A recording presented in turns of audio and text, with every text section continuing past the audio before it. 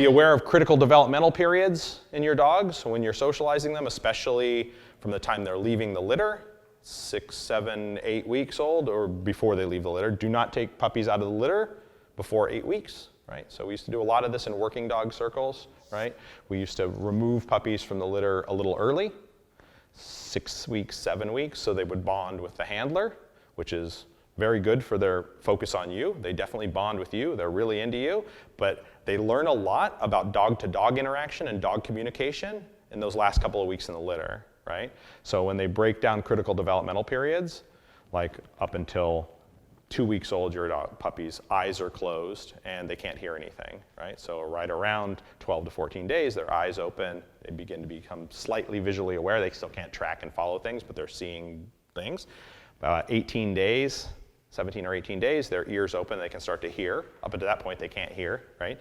And so they can feel vibration, and they smell things, and so now they're beginning to see, and so they're beginning to orient in there. And so from that point at about 3 to 4 weeks, up to 8 weeks, 9 weeks, in that range, they're learning a lot about dog-to-dog interaction, because they're in with their mom and a group of other dogs, right? And they're wrestling around and biting each other and learning doggy communication.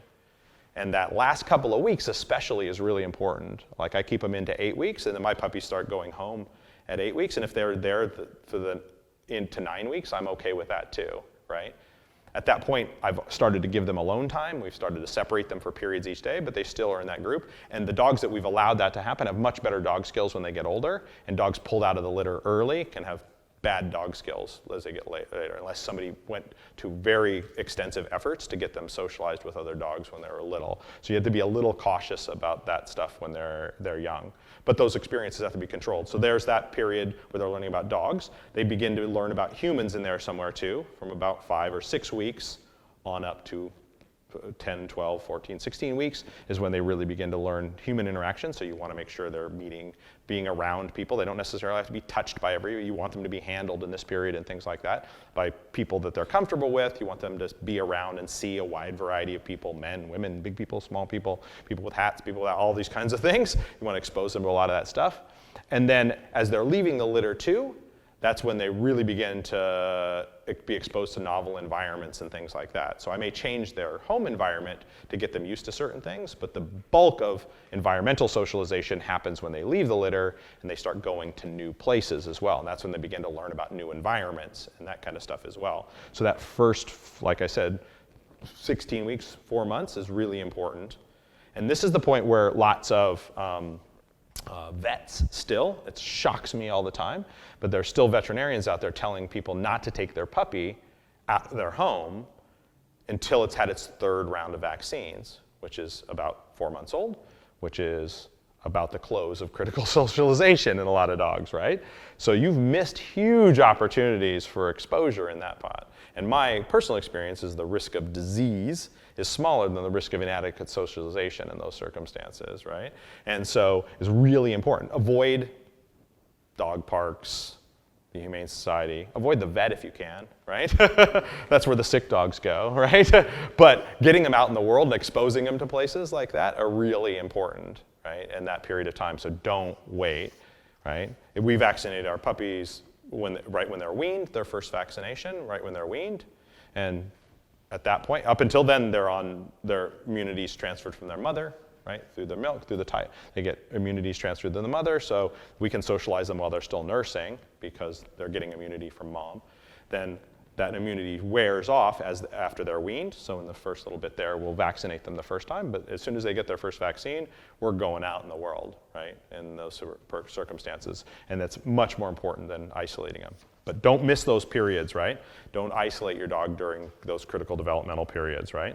This is the point also where I'm going to seek out the appropriate older dogs to provide my dogs with experiences with, if you can, right? If you can't, follow the neutrality rule. Take your dog out for walks with other dogs, have your dog around other dogs, feed them, give them rewards nearby.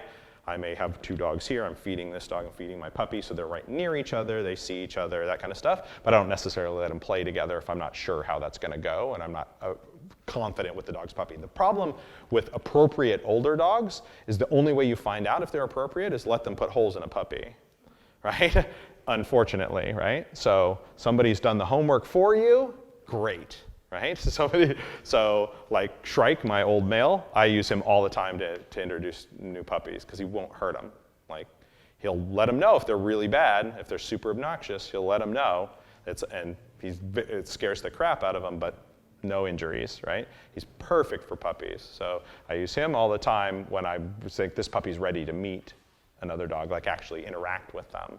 But I found out because puppies ran up on him a number of times, and so I realized, hey, look, that's good. His half-brother, who actually liked puppies, was really good with other dogs, and I was super careful about him because he was fine. He wouldn't go after a puppy or any of that kind of stuff. He was neutral. He even liked to play with them if they were appropriate, but if they got out of hand, when he corrected them, not good. Big holes, like he'd just crunch them, just bite them once really hard. So that was not good, right? So he didn't get the direct puppy interaction socialization time because it wasn't good, right? And so if you don't have access and you're not certain, the safe thing is work them around them instead of direct interaction. If you know somebody that you know has a dog that's good with puppies and appropriate, isn't going to hurt them, then at the point your dog's ready, you can provide some of those experiences, controlled experiences, right? That's the other thing, is does somebody have control of their dog? So I can intervene before it gets to be a problem. That's the other thing that people don't. They let it play out. So you let the puppy start playing with the older dog, and the older dog's like, okay, I'm getting sick of this. And they don't stop the puppy. The older dog's not correcting the puppy, and so they let the puppy keep doing it until the point where the older dog finally gets really fed up and then corrects the dog. You can intervene at that point. You see the puppy getting a little obnoxious, you go, knock it off, come on, we're not doing that anymore. Get the puppy back on a leash and don't let him keep doing it.